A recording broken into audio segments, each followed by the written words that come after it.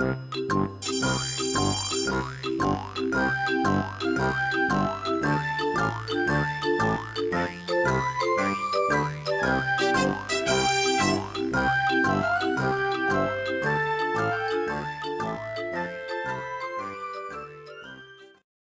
conducting a series of food and health talks. And this is the second in a series. Our first was talking about honeybees and the plight of the honeybees right now in the whole world, that they're having a very, very difficult time gathering nectar and pollen.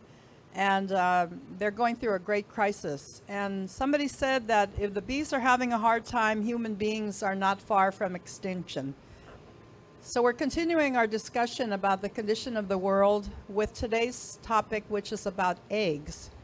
And I just wanted to share a few stories with you before Lynette comes up to the front here. But how many of you know what CAFO means? C-A-F-O? Okay, we're going to talk about that later on. But I remember back when I was living in Italy many, many years ago, I went over to a neighbor's house, and they had chickens in a room there. And that was actually the first time I'd ever seen a chicken. Being a Honolulu girl, I wasn't from Wahiawa, so I'd never seen a real chicken before. And so I went down to my friend's place, and they had all these chickens on their roosts. And she brought home some wonderful, wonderful eggs that I had never tasted the like of before. The yolk was very orangey and very rich. It was so creamy that I've never forgotten the taste. And so here we are today in the 21st century, where everything has become so industrialized that if it's cheap, that's what we want to get. We've forgotten what taste is. We've forgotten all the subtleties of food preparation and growing the food ourselves, so that we can really feel that it is our own, from our own hands. And that's why there is this new trend to return to organic food, to growing our own food, to making sure that what we put into our body is medicine in a good way for us.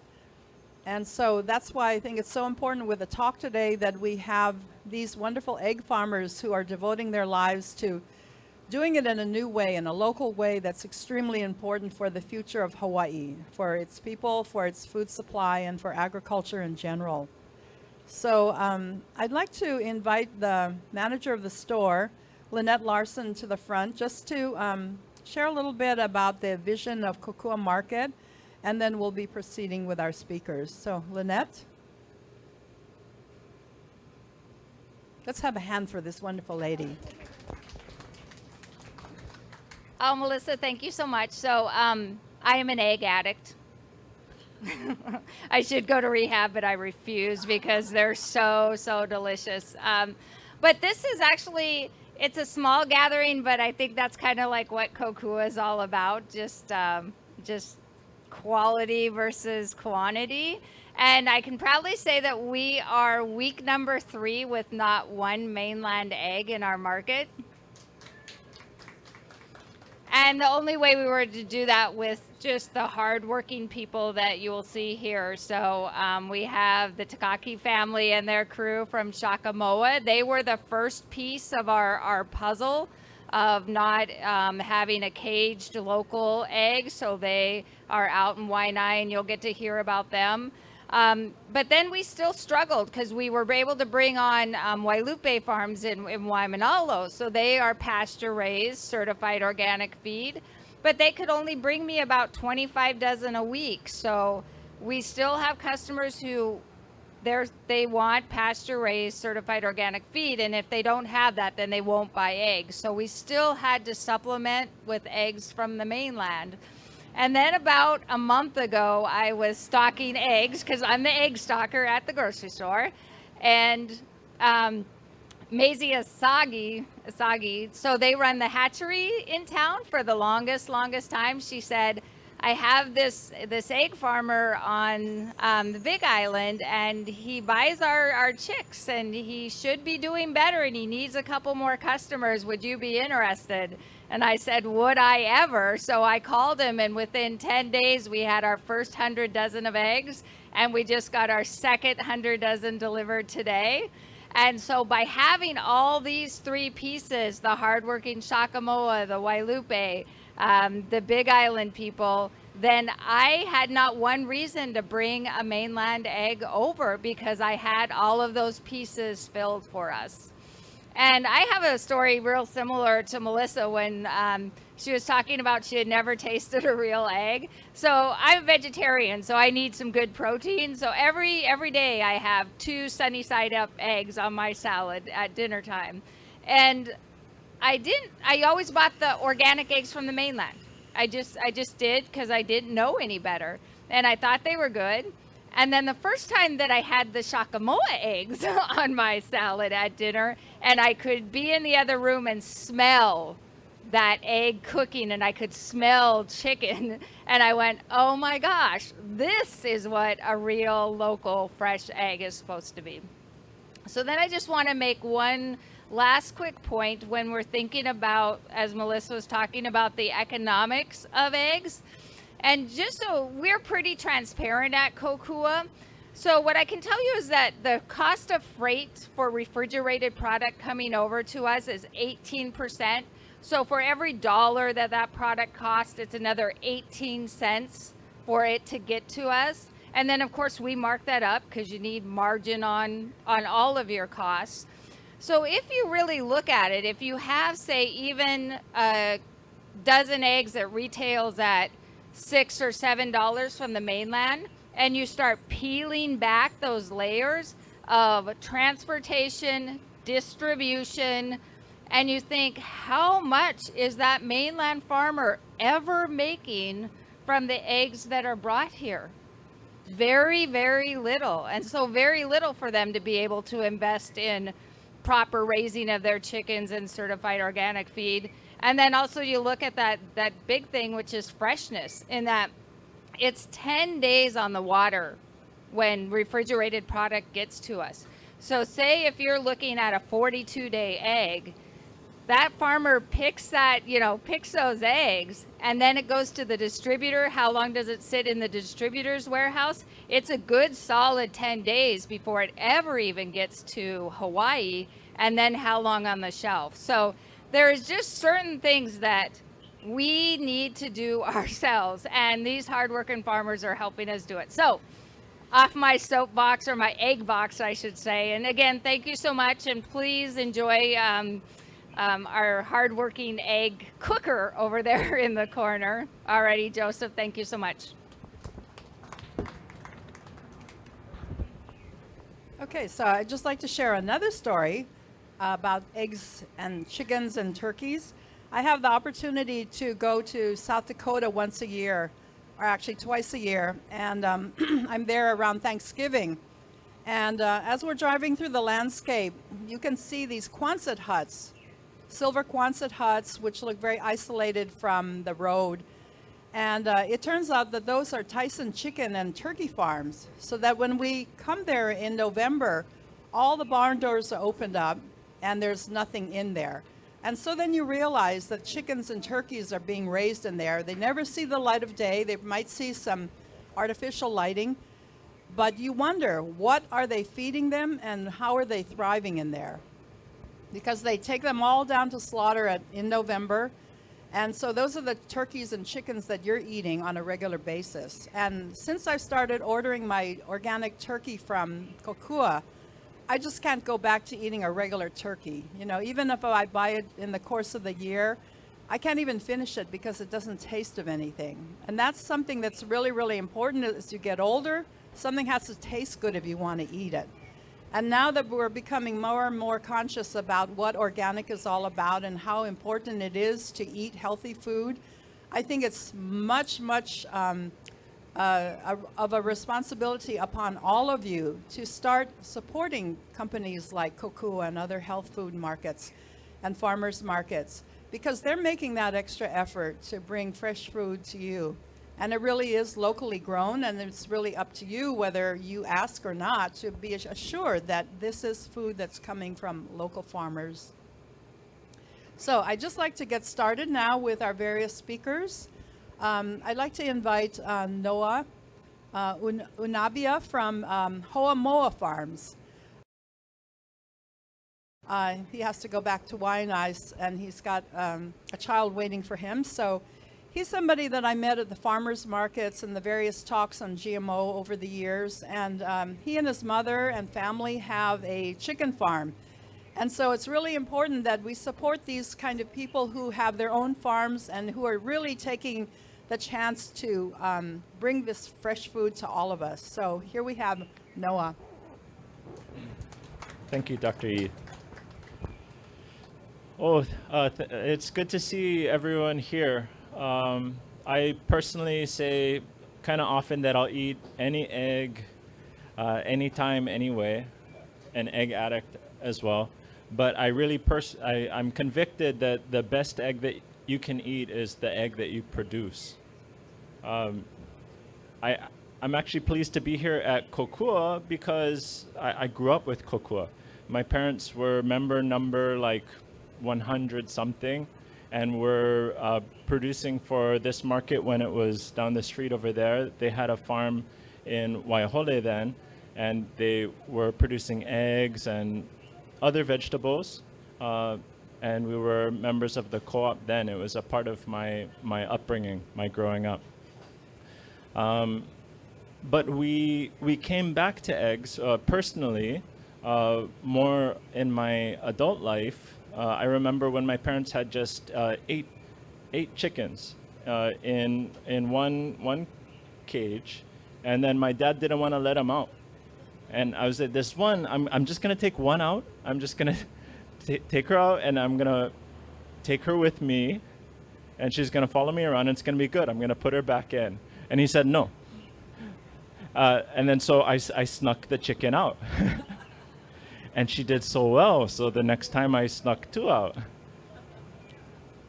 And then would vary with bringing the same one. She was the first one I brought out was the top of the pecking order, and then and she would kind of train the others.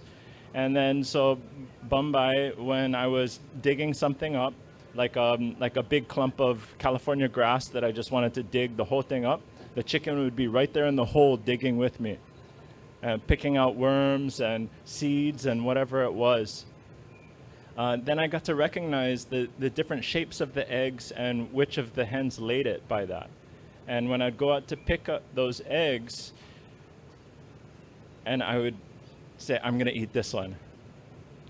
And go right to the frying pan and crack that egg while it was still warm. That's the best egg. The one that you work with, the one that you see what they eat, that you invest the time with. The hoa moa means, hoa is a friend or a relation, such as hoa aloha, hoa aina, hoa noho, hoa hana. It means to partner, yeah? And moa is a chicken. So that's what we kind of base our philosophy around, is to be in balance, to partner with the nature around us, and to observe what's going on, and to bend it rather than to break it, yeah? So that's what Hoa Moa is about, and I was happy to help my parents to go from just those 8 chickens to almost 200 now. And the way that they did it is like a expanded homestead. So the area around where my parents live is, or has been, wild for decades. It used to be houses and different stuff like that. Oh, it used to go, way back. Back in the days, it was terraced with all kinds of stuff. And but this time I was involved with kind of, I guess, managing the change from wild to foraged, to pastured, because the chickens aren't going to go into the deep wilderness by themselves. They can't break into that grass.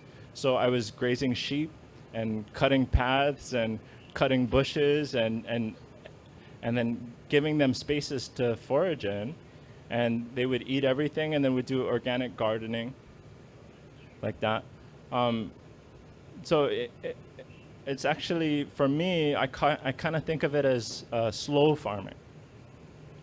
Just to see what's happening and what's changing, and to make a little bit of difference at a time, and to see where it goes. we get to that point now where it's hard to get much more product out of that much space. It's hard to put more chickens on the land. Yeah, it only can support so much. So we're doing another farm in Cunha, where I've been more so investing in infrastructure like pipes and water storage and planting trees. I plant koa trees because they're resilient and they work well with that place. Before I let the chickens go in there and mess everything up, I want to build up the actual energy and environmental resilience of the place. You'll be amazed to see that like this nice, varied and deep undergrowth. After the chickens have been there, after a while, it's like a nice, flat, perfect plain. Like someone came along with a tractor and made it perfect. But it's just the way that they work over time, is they just dig around and move things around and reorder it. I was telling Ela over here that our chickens have planted noni. They love to eat noni. So they would be underneath the noni tree, and it used to stink before. And then they eat all of it. And then now we have all these noni trees that they planted. We didn't plant them. It's just kind of how the chickens are working with us. Let's see, what else can I say? In terms of profitability and feed, I think the first few years are the best. As you're building into it, as you're seeing the changes, is really good, and it's exciting when you get customers. Whether it be a market or just one customer that you see every week, or a restaurant, that's really fun. That has a lot of payoff to that. But the trick, as I mentioned earlier, is I think the term is economy of scale, or diseconomy of scale. You get to the point where it's kind of maxed out, where you got to build another factory. Not a factory, because we're not into factories, but you got to kind of have another thing in order to get more. And that's the real ceiling, I think, for this kind of thing, is figuring out how to replicate, the same thing that worked at one place to another place, and to get that startup investment going. The feed that we chose to use is a high-grade certified organic feed from California called, the mill is Modesto Mills. And we're very happy with that feed. We get a variety of different things, and it looks so good when my dad mixes it together that I would eat it. I look down into the bucket, because he just pours like this much of this bag, this much of this bag, and then makes the mix, and then puts it down for them. It's got really good stuff. Kelp, diatomaceous earth, sorghum, all organic. And I think that really makes a big difference. I was talking with Ela earlier, and she was asking me if it's possible to do chickens with no feed. And yes, it's possible, because chickens can survive without feed. And that would be actually the fighting point between my father and I, is I would try to not put feed when it's cloudy and in the morning and in the afternoon, so that the chickens go out there and forage and eat more natural stuff. And he likes to use a lot of feed. Not that he wants to, use it all, but he believes that his product is of the high quality because of that input. But that's philosophical, because I think they have a high omega-3 count and very orange yolk because of all the available natural resources that they can eat that complement their diet. So you kind of measure both of them and look at the energy involved. To me, it's actually all about energy. Going from high to low, seeing the difference and seeing what's there and what works for the animals.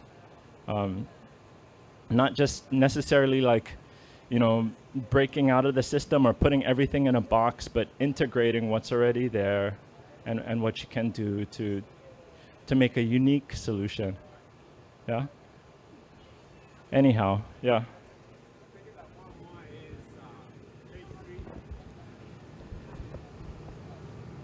All right. I think that the Huamo is cage-free and free range. So our egg from the North Shore is a pasture-raised egg, pasture-raised or organic. So we actually reuse materials to build our hen houses. So it's like reused fencing materials, reused corrugated roofing, and other materials for the roosting bars. And the hen houses have kind of doors that are left open like that on the side, so the chickens can go in and out. And that's just more to give them a home base. And then right next to it is a laying box, and that's typically like underneath a tree. Like one of the key places is underneath a mango tree and banyan tree, and like that. And what is the situation with the antibiotics? No antibiotics at all. So if we do have a hen that's sick or diseased, we kind of just separate them and put them in their place, and then still feed them, still give them water, see how they're doing, and then more to kind of contain it rather than to do that. Yeah. Any other questions? Any other? Sorry? How many chickens would you sell to?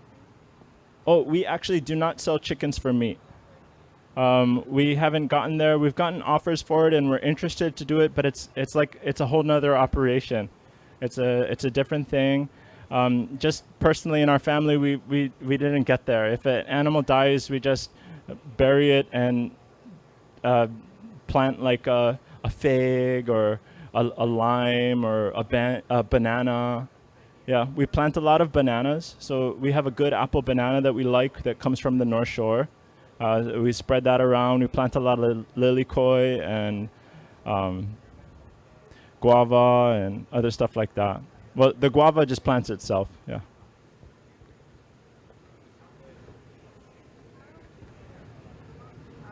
How long does a chicken lay an egg? So Elaine's question is how many years like say a typical chicken, how many years does it lay eggs? So in conventional industry, it's 2 years, 3 years, the expected laying life of a hen. But organic industries say that it can be as long as 5 years. We've seen hens stop laying after 2 or 3 years, and then we've also seen hens continue to lay for 4 years or so. It's hard to measure though. With our type of practice, it's not 1-to-1, yeah? So we've got the laying boxes, but we don't keep track of who's going in and what time, and so maybe some of them are just sitting there and taking up space, yeah? But we're okay with that. You know, they're part of the flock at this point, and we're not trying to measure that component, yeah?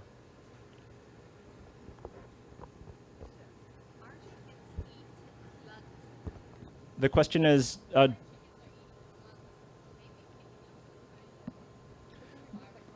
okay, yes. So her question is that she's seen her chickens eating slugs, and the risk is, can they be picking up some sort of virus?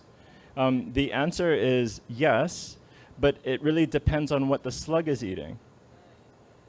So if the slugs are like next to a pond where there's dead animals inside, and the slugs are eating that, like a dead rat, then possibly it could transfer over.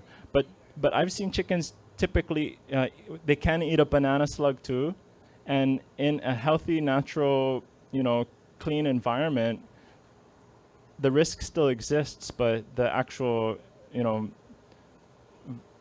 vector is much smaller, if that makes sense, in terms of vector analysis. Yeah? I live next to the animal shelter. Okay. Yes. I'm sorry. I'm sorry. Can I go? I got a situation.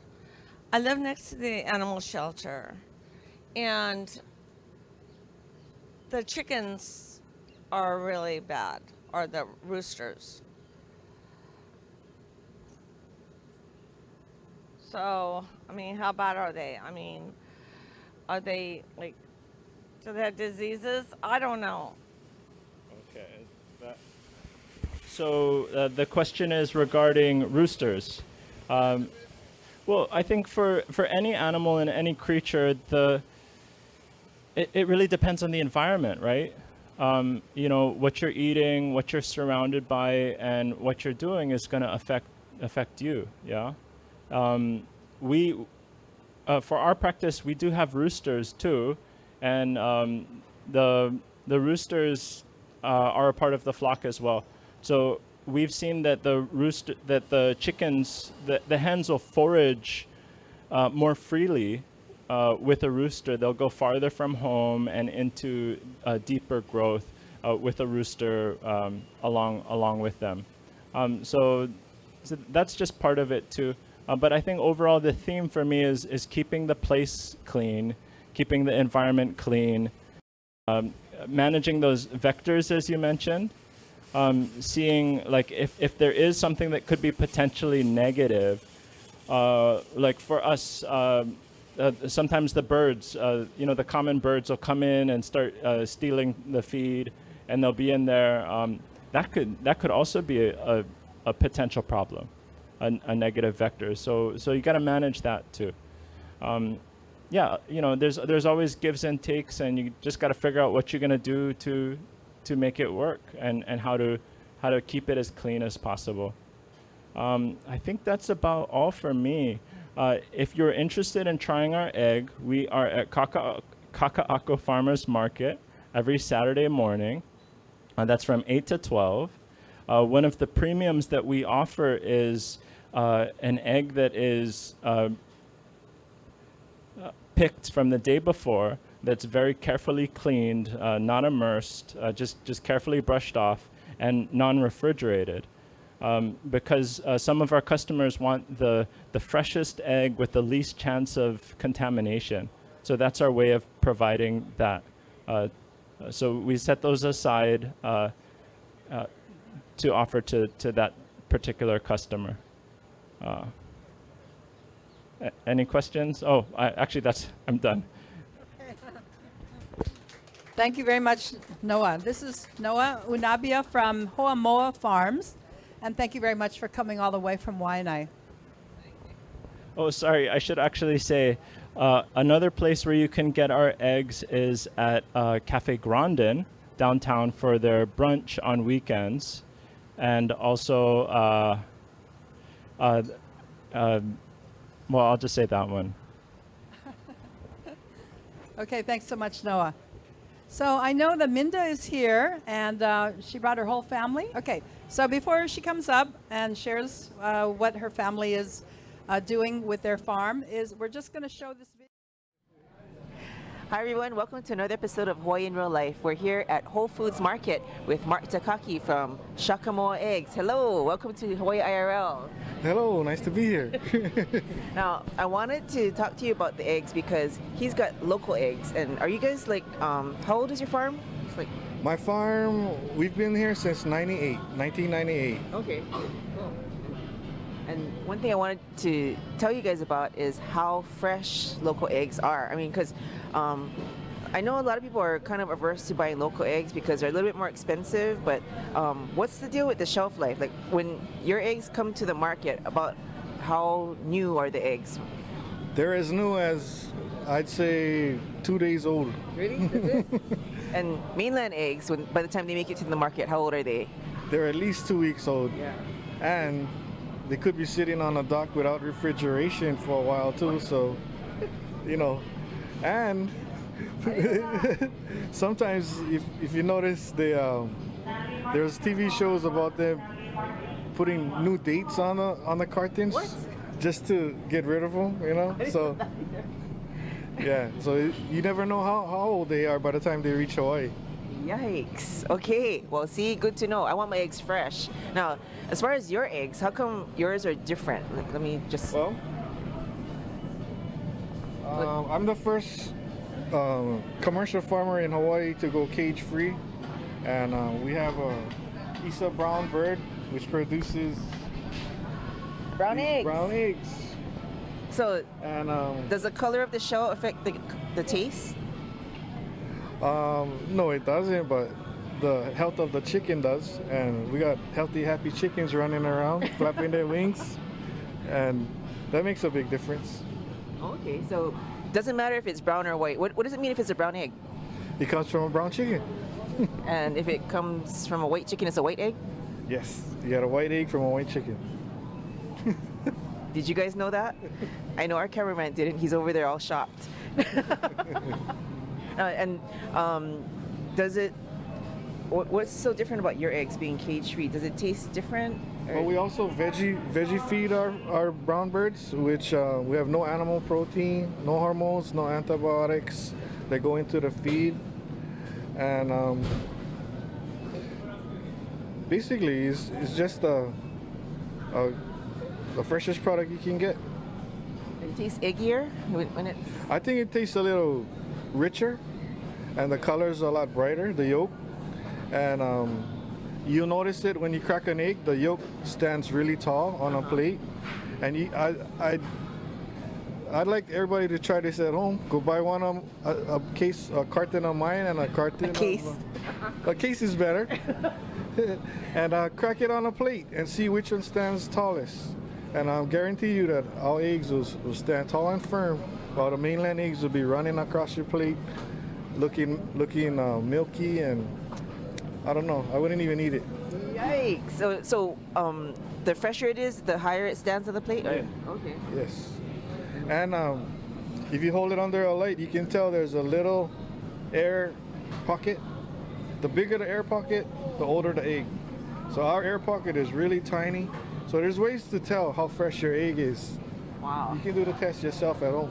Wow. Good to know. Okay, and then as far as storing the eggs, is there any tips for storing your eggs best? Well, I'd recommend refrigeration. You can just keep it in a carton and use them as you need. That's good enough. You don't have any special treatment for the eggs or anything, and they'll last minimum 30 days. Really? Yeah. Okay.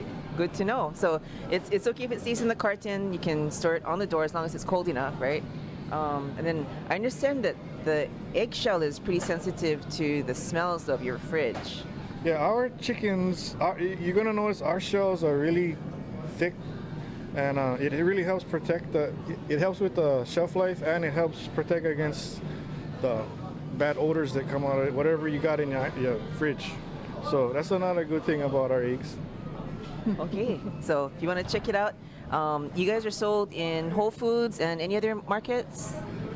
At the farm, basically at Whole Foods and at the farm, and we also sell to Bali Bakery right now.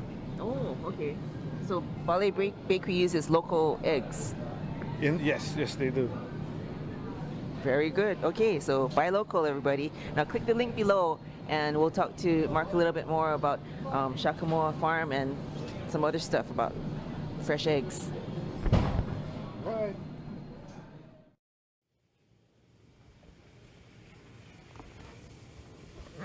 To handle all those eggs, do the other egg growers have to have that kind of equipment? That's very sophisticated, yeah? Because we are a commercial farm, there is federal and state regulations that we do have to follow. So before we had that equipment, we were actually washing eggs by hand. So with that equipment, it actually helps us to produce our eggs much more quicker and more efficient. But what you seen was the machine. At our farm, what makes us really different is we also hand candle. So that's just step one.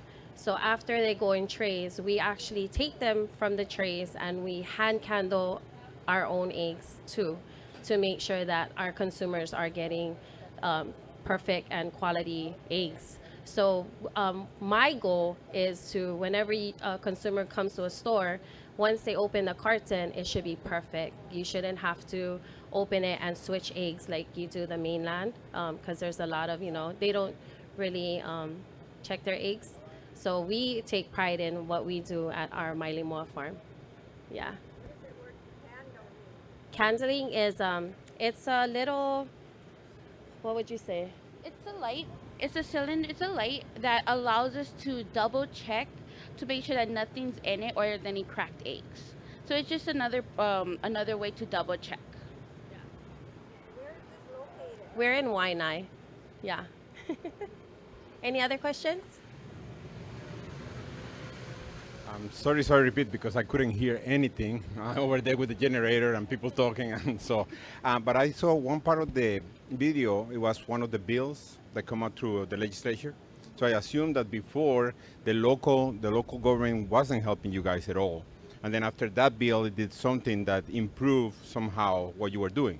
Nevertheless, I'm sure that the local government, the state government, can still do a lot more for you guys. So you have a wish list. What would it be in your wish list?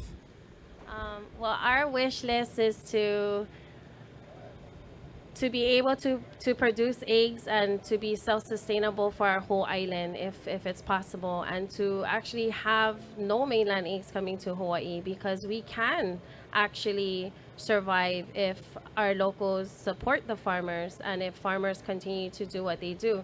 Farming is hard work, and if people think that you make money off of farming, sadly mistaken, but it's actually seeing your product at the end and knowing how much work and pride you put into your work, and then having consumers come to you and say, oh, I love your eggs, I love how it tastes, and I can tell the difference, really makes our job like so rewarding. So just having our consumers continue to support local is really awesome, because like our dairy farmers, because they didn't have the support and the feed cost is really expensive for them also. We don't have local dairy farmers, and I don't want that for the poultry farmers. So if we continue to have our consumers continue to support us, I think we would last. Yeah. The state could probably help us by actually bringing in a feed mill and making our own feed here, because the majority of our feed or majority of our food here in Hawaii actually gets shipped out. It doesn't stay here on Oahu, and that's the problem. We have the food, it just doesn't stay here. So if our state can just leave our food here and build a feed mill here to help the livestock farmers, that would really help. Yeah. Any other questions? Yeah. I'm a backyard chicken raiser, and I have under 2 dozen hens, but and they're half free range and half they sleep in a coop at night and come out during the day. But one thing that people always notice is the hardness of the shells. That the ordinary commercial egg shell, as soon as you pick it up, you have to be very, very careful because the shells are so brittle. However, like the backyard hen eggs are very hard. So what do you do to ensure that your egg shells are hardy? Here. Actually, coming from a conventional side and changing to a cage-free, I did notice that. So when we were raising our birds conventionally, you do have that thin shell, and as the birds get older, it starts getting thinner and thinner. Now that we've cage-free our birds, and they can actually exercise and they're freely happy and laying eggs, our shells are super hard and the inside is much more creamier. So just as the backyard farmers, our cage-free birds are the same. It's just that we deal with a bigger number. So they're in a home, but they have ample room. Yeah, so they have the same quality too. No, not at all. Her question was if we supplement with oyster shells. No. Any other questions?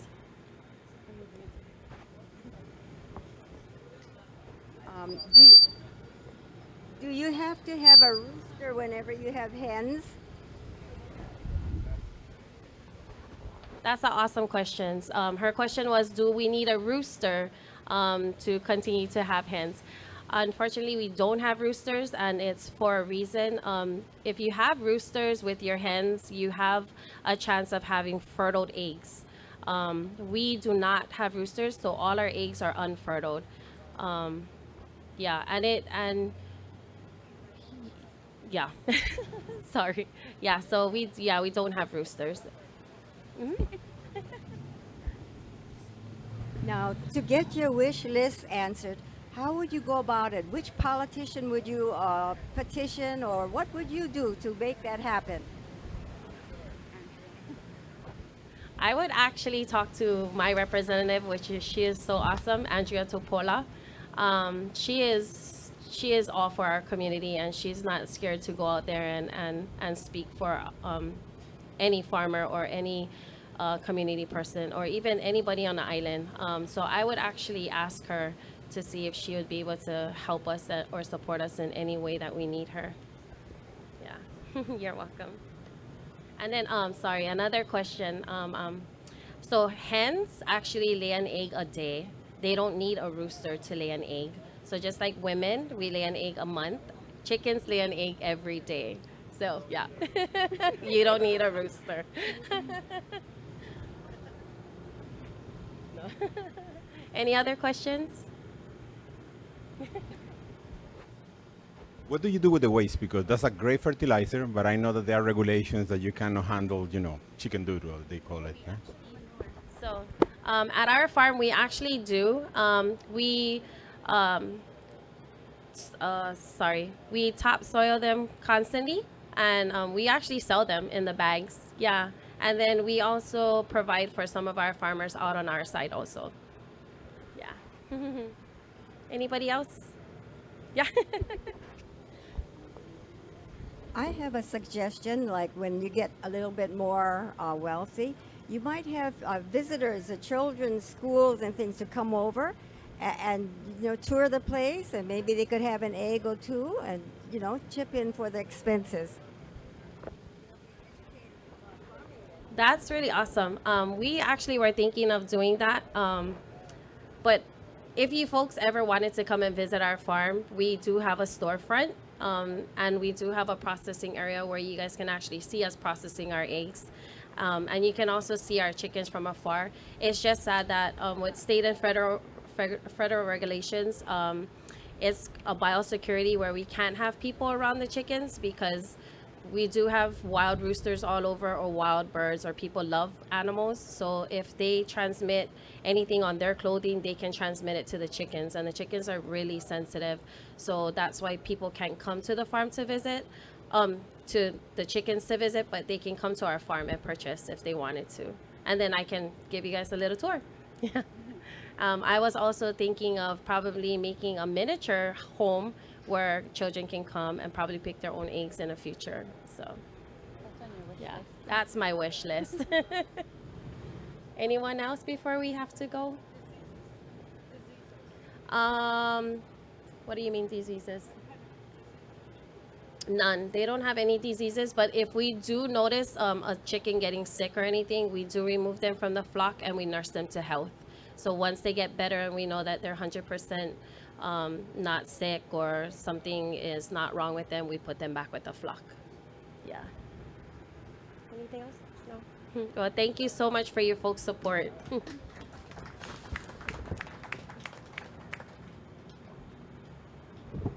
Thank you so much, Minda and family, for being here, coming all the way from Waianae. I just want to ask the people in the audience, do you know what CAFO means?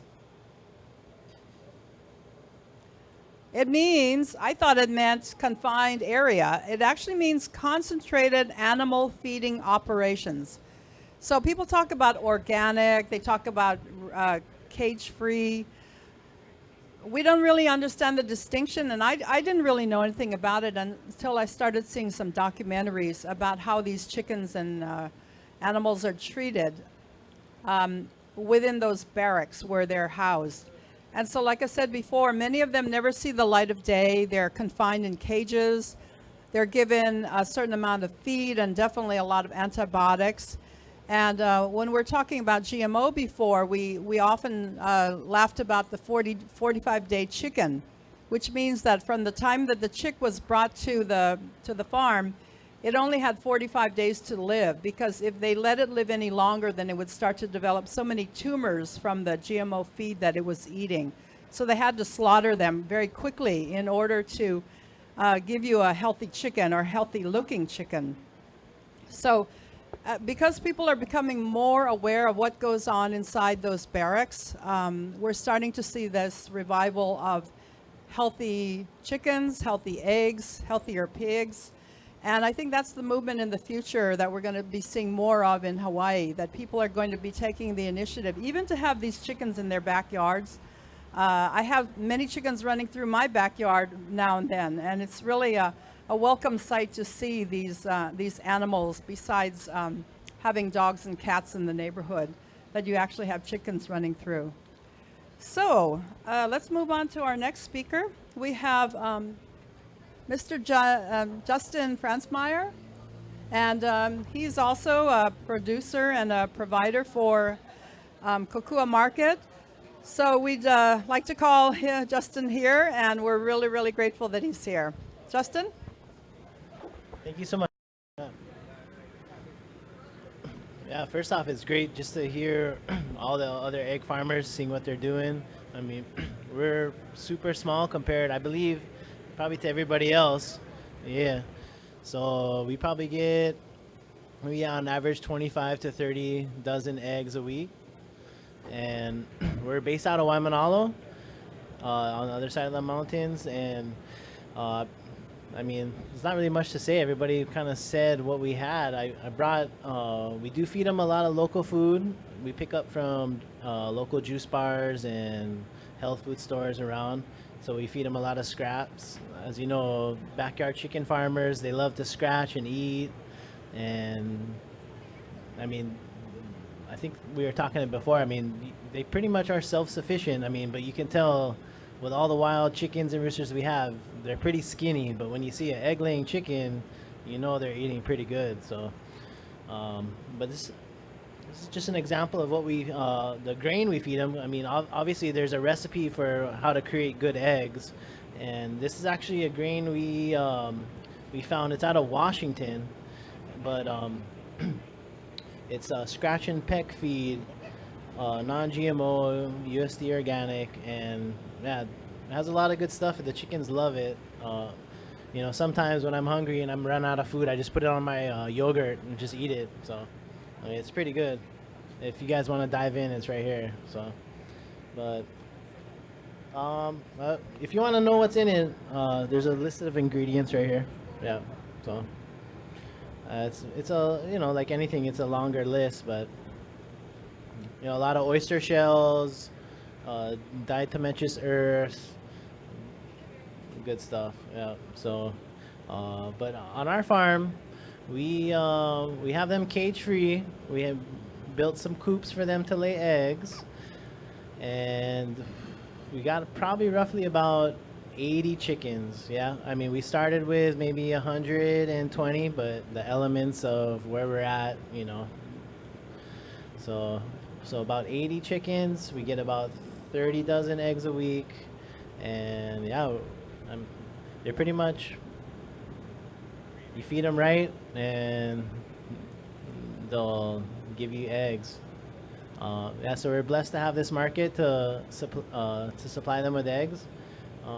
And we got about actually 5 different varieties. I don't know if I arrived a little bit late, but we talked about, you know, I'm not sure if people were mentioning what kind of chickens they had, but we got Barred Rock, Rhode Island Reds, Australopiths, Americanas, Buff Orpingtons, and that's about it. Yeah, so we got about 5 different varieties, and yeah, we've had, you know, I've been researching a lot since we've been losing a lot of our you know, funds to develop our business as far as fertile eggs too. I mean, there's, you know, a lot of people are interested in the fertile eggs.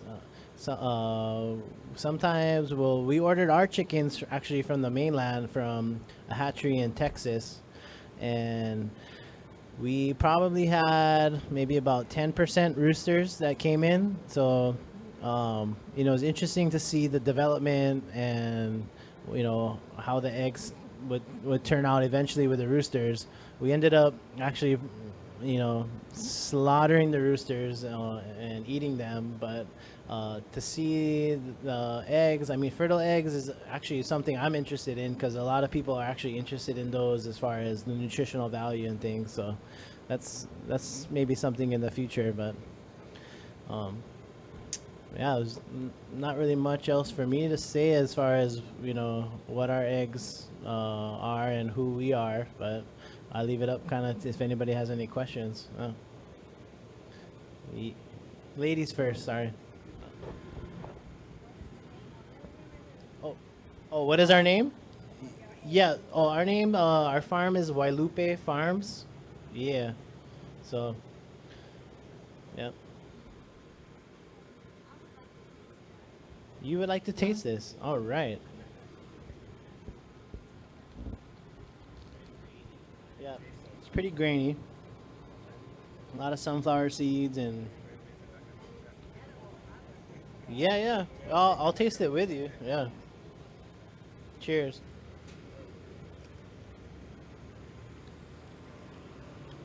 Don't spit it out now.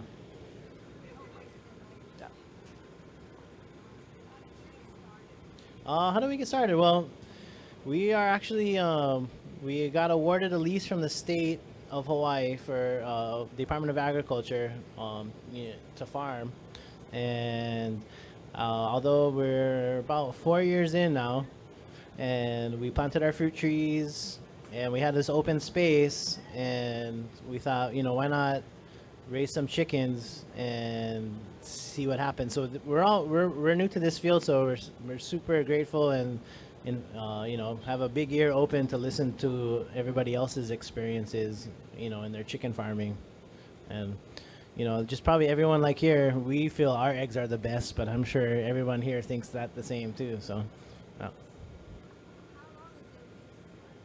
Oh, the lease? The lease is 35 years with options to renew. So, yeah.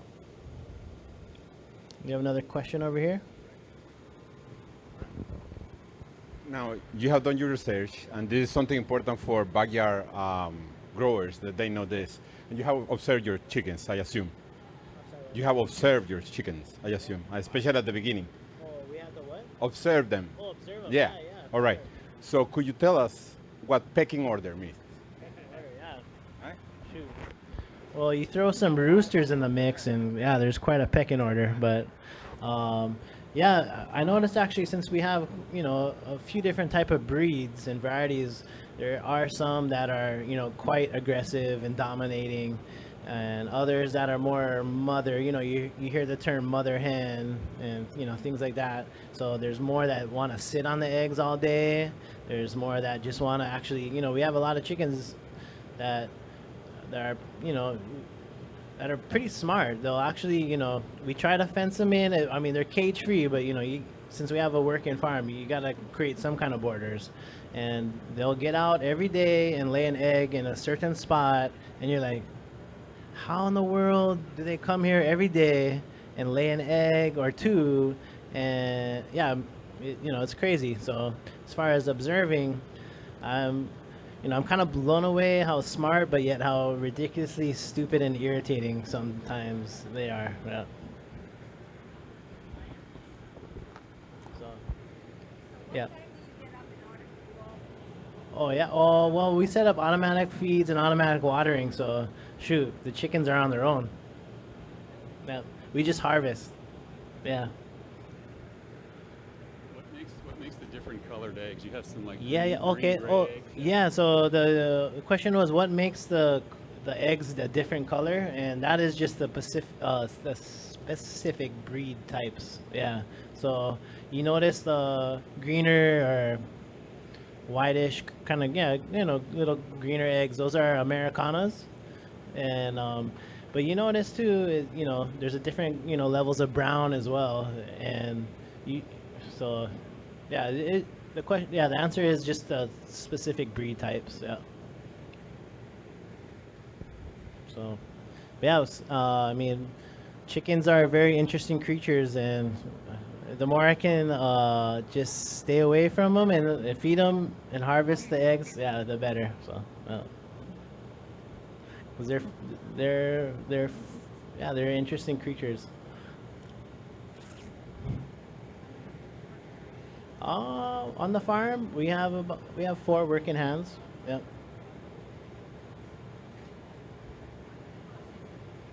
Also, how we process. So, like Brother Man was saying, there's a high demand for eggs, or not a high demand, but people are very, particular. What I noticed with growing chickens is there's a lot of particular egg people out there, and we harvest the eggs. We deliver.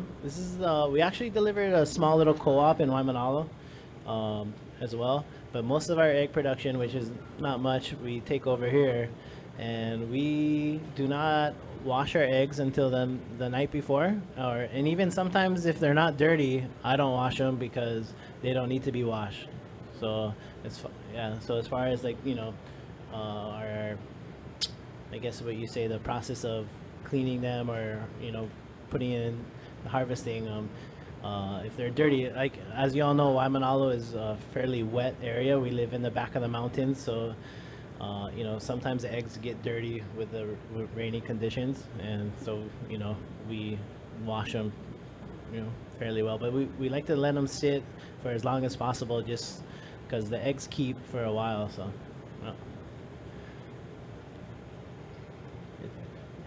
yeah. Waimanalo has a Japanese producing type of eggs, which is very, very orange. The yolk is. Do they put something in the feed to make that eggs a lot orangey? Oh, you talking about Kanishiros, or? I'm not sure. There's one in Waimanalo, Yeah. and the Japanese use that egg. They crack it raw and put it on the hot rice. Yeah. But my daughter-in-law refuses to eat our eggs. Oh, what? She gets these eggs that's super orange, Yeah. and she cracks it and puts it on there. Oh. But I heard that they imported a Japanese grower, and then he makes the feed for these eggs, and they produce these orange-looking eggs. So, is there something non-GMO or whatever on those eggs? Are you familiar with that? Yeah. That's a wonderful point and question. I'm not familiar with that, but like it goes to show you you are what you eat. I mean, I believe all of us here, I think, feed our chickens a different feed, so they all have a different taste, different texture, and that's kind of left up to the consumer to decide what they like. But as far as yellow yolk, I'm not too sure as far as what they're feeding them. But cracking, my favorite way to eat an egg is cook some in and just crack a raw egg on top. So, but I'm not sure about the yellowness.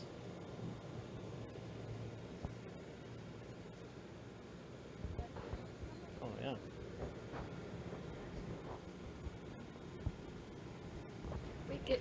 We give our chickens a non-GMO feed. We give our chickens a non-GMO feed, but we also supplement them with many things like Manoa lettuce, romaine lettuce, cucumber, and bread and brown rice. Is any of it contributory to giving me an egg that is high in the omega-3s? Shoot, if I was a scientist, I would tell you exactly what you wanted to know, but I'm not sure. But as far as why not cut? Feed them. Of course, feed them the scraps. Feed them whatever you want. They'll cut on food. Cuts on food costs. So for us, like I was mentioning, we pick up from numerous places that are all local food, organic juices, and so as far as their pulp and their waste, we use that as a resource for our chickens, just to help us out as far as the price of food. Because this bag right here, we really enjoy this bag, but it's not cheap. So we try to make this last as long as we can. And I can't imagine we want to get more chickens, but the price of food goes up, and we're just trying to I think like the lovely ladies in the back were saying, farming isn't, you're not becoming rich, but you're living a good lifestyle. So, yes. What was that?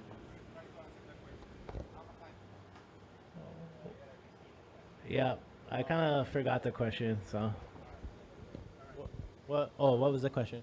Okay, no, her question. The last question was, how do you produce the orange color eggs, or is the diet, the varied diet influencing something else? But any behavior has two components. One is the genetic component, and the other one is the environmental component.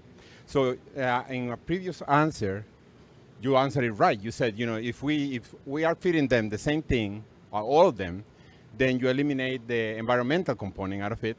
So the differences in the eggs must be because of the different races or the different varieties of chicken, as you said. Now, what she's asking is, I have all of them had the similar genetic components, genetic makeup. So what it must be varied in order to produce a different egg is the environment. One of the components of the environment is the feed. If she's feeding her chickens everything that she can, that means more variety. And just by chance, it can be more components into the eggs, right?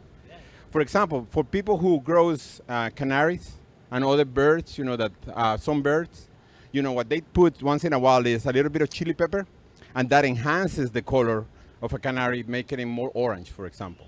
So all that stuff, and you shouldn't either, neglect the contribution of things like insects. The B-52s, the big roaches, all that stuff that they will go around and they scrap around and they eat. They all contribute, they add things that are not going to be over here. So the more variety, the more sources of color, the more sources of health, of calcium that you can have. Yeah? I agree fully. Yeah. Totally. Yeah.